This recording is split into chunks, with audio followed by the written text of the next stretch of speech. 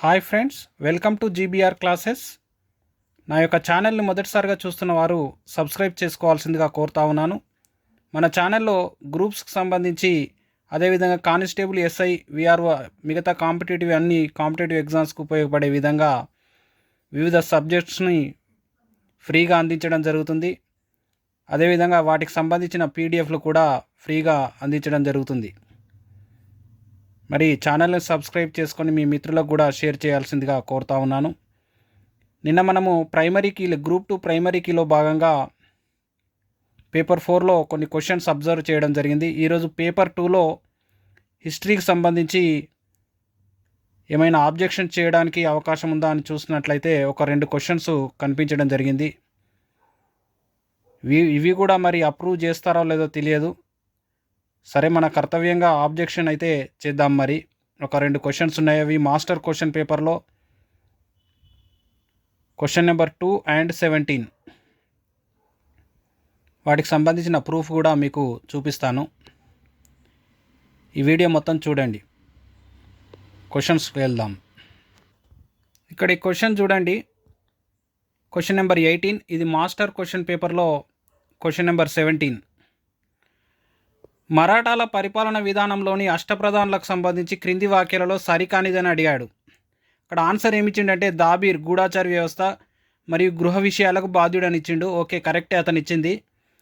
ఎలా అంటే దాబీర్ అనేవాడు యాక్చువల్గా విదేశాంగ మంత్రి, కానీ ఇక్కడ గూఢాచార వ్యవస్థ గృహ విషయాలకు బాధ్యుడని ఇచ్చిండు. సో అతను ఇచ్చింది కరెక్టే. But at the same time 4th one, Peshwa ఆర్థిక విషయాలు, సాధారణ పరిపాలన విషయాలను పర్యవేక్షించాడని ఇచ్చాడు. మరి ఇక్కడ పీష్వా అంటే వాస్తవానికి ప్రధానమంత్రి. మరి ఆర్థిక విషయాలను పరిశీలించేవాడు ఆర్థిక మంత్రి అమాత్య అని వస్తుంది. దీనికి సంబంధించి సోర్స్ నేను చూపిస్తాను. ఇది ఒక private author book, Joginaidu book. ఇది చూడండి. పీష్వా అనగా ఇక్కడ ప్రధానమంత్రి అని ఇచ్చిండు, అమాత్యుడు ఆర్థిక మంత్రి. ఇక్కడ మనకు క్వశ్చన్ పేపర్లో ఏమని ఇచ్చాడంటే పీష్వా ఆర్థిక విషయాలు సాధారణ, అంటే ఇక్కడ ఆర్థిక మంత్రి అని ఇచ్చిండు ఇక్కడ. మరి ఆర్థిక విషయాలంటే అమాత్య అని వస్తుంది. మరి ఇది ఆప్షన్ 1తో పాటు ఆప్షన్ 4 కూడా 2 రాంగ్ అవ్వడానికి అవకాశం ఉంది. ఎవరైనా మరి అది ఆబ్జెక్షన్ చేయాలనుకుంటే చేయండి. ఇది ఆబ్జెక్షన్ చేయగానే యాక్సెప్ట్ చేస్తారని కాదు. ఇది రైట్ అయిన వాళ్ళు ఆందోళన చెందాల్సిన అవసరం లేదు. ఎందుకంటే మనం ఆబ్జెక్షన్ చేయగానే ఏం మార్చడానికి అవకాశం ఉండదు. జెన్యూనిటీగా ఉంటేనే ఉంటుంది. ఆబ్జెక్షన్ చేయడానికనే చెప్తా ఉన్నాను అంతే. ఇక్కడ పీష్వా అంటే మరి ప్రధానమంత్రి, ఆర్థిక మంత్రి అంటే మరి ఇక్కడ ఆర్థిక విషయాలను పరిశీలించటానే అమాత్యుడు అనే వస్తుంది. ఒకసారి అబ్జర్వ్ చేయండి. మరి దీనికి ఇంగ్లీష్ మీడియంలో సోర్స్ దొరికితే ఆబ్జెక్షన్ చేయడానికి అవకాశం ఉన్న క్వశ్చన్. నెక్స్ట్ క్వశ్చన్ చూద్దాం. నెక్స్ట్ చూడండి, క్వశ్చన్ నెంబర్ 46. ఇది మాస్టర్ క్వశ్చన్ పేపర్లో క్వశ్చన్ నెంబర్ 2, 2వ ప్రశ్న మాస్టర్ క్వశ్చన్ పేపర్లో. తొలి వైదిక సంస్కృతికి సంబంధించిన క్రింది వాక్యాలలో ఏది సరైనవి అని ఇచ్చాడు. ఇక్కడ అతని ఆన్సర్ ఏంటంటే ఏబిసి మాత్రమే సరైనవి అని ఇచ్చిండు.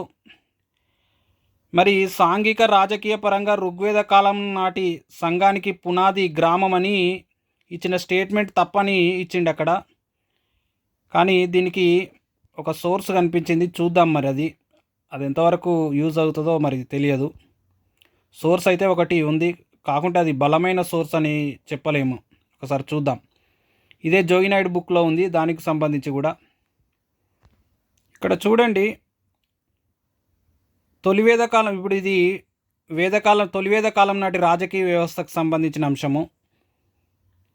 తొలివేద కాలంలో వీరు జనగా నివసించేవారు. ఇక్కడ చూడండి, తెగలను విస్లను గ్రామాలుగా విభజించారని ఇక్కడ ఇచ్చిండు. మరి దీని ప్రకారం చూసినట్టయితే ఇది రాజకీయ పరంగా మరి గ్రామం చిట్ట చివరిది బేసిక్ పాయింట్ అవుతుంది కదా. ఒకసారి చూద్దాము.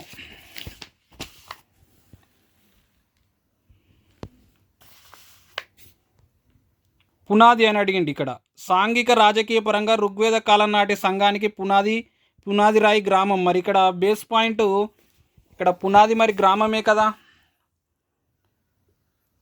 ఇక్కడ ఒకసారి పరిశీలించండి. మళ్ళీ గ్రామానికి అధిపతి గ్రామని అని కూడా ఇచ్చిండి ఇక్కడ.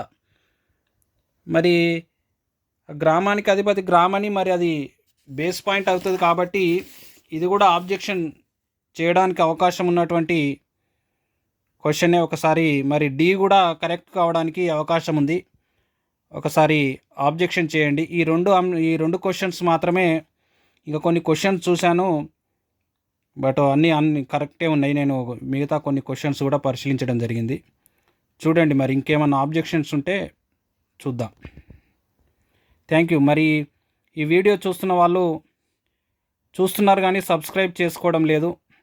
మీరు సబ్స్క్రైబ్ చేసుకొని నా యొక్క ఛానల్ని ప్రోత్సహించాల్సిందిగా మనవి చేసుకుంటూ రేపు పాలిటీ చేద్దాం మరి. Thank you friends.